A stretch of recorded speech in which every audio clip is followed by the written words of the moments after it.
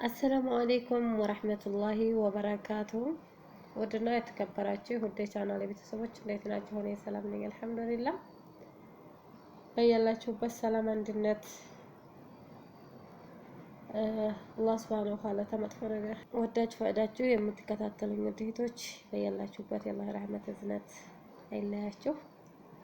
አላህ ሀገራችንንም ሰላም ያንጣልን፣ ዘረኝነትን ያጥፋልን። ሀገራችን ላይ አላህ ሀገራችንን መረጋጋትን ያንጣልን። ለቤት አዲስ የሆናችሁ ላይክ፣ ሼር፣ ሰብስክራይብ ያደረጋችሁ አበረታቱ ማለት ነው። ወንድማችን ዳውድ አይዞህ፣ ገንዘብ ያው ጤዛ ናት። ጤዛ እንግዲህ አንዴ ጧት ትታያት ጤዛ ነው ታገኛለህ፣ ስትመለስ ደግሞ ጤዛ ረኮ ታገኛለህ። ገንዘብ የዛን ያህል ናት።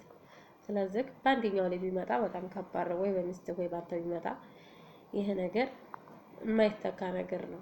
አሁን ግን በገንዘብ ስለሆነ ሰርተህ ታገኘዋለህ። አይዞህ። እንዲሁም ደግሞ ለረመዳን አስቤዛ የምታዙ እህት ወንድሞች እቃ ማስቀጠር የምትፈልጉ ገዙት። በጣም በስደት እሱም ለብዙ ዓመት ተሰቃይተዋል። ስለዚህ አይዞህ፣ በምንችለው ዱዓ እናደርጋለን። በምንችለው ነገር አይዞህ፣ አላህ ሱብሓነሁ ወተዓላ ይገዝህ። አላህ ደውንም በትንሽ ነገር እንትን ብሎ አላህ ይካስህ።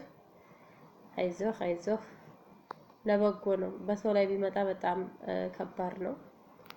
አብሽር አይዞህ፣ ኢንሻአላህ አላህ ለኸይር ነገር የበለጠ እጥፍ ድርብ አድርጎ ይተካህ ማለት ነው።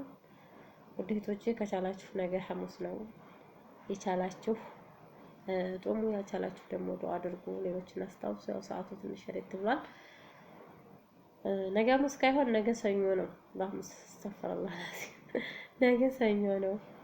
ነገ ሐሙስ ነው አልኩኝ እና ታለቅስ ታየው ወንድማችን በጣም ልብ ይነካል። ስደትን አይቶ ደግሞ ሀገር ላይ እንደዚህ መሆን በጣም ይከብዳል።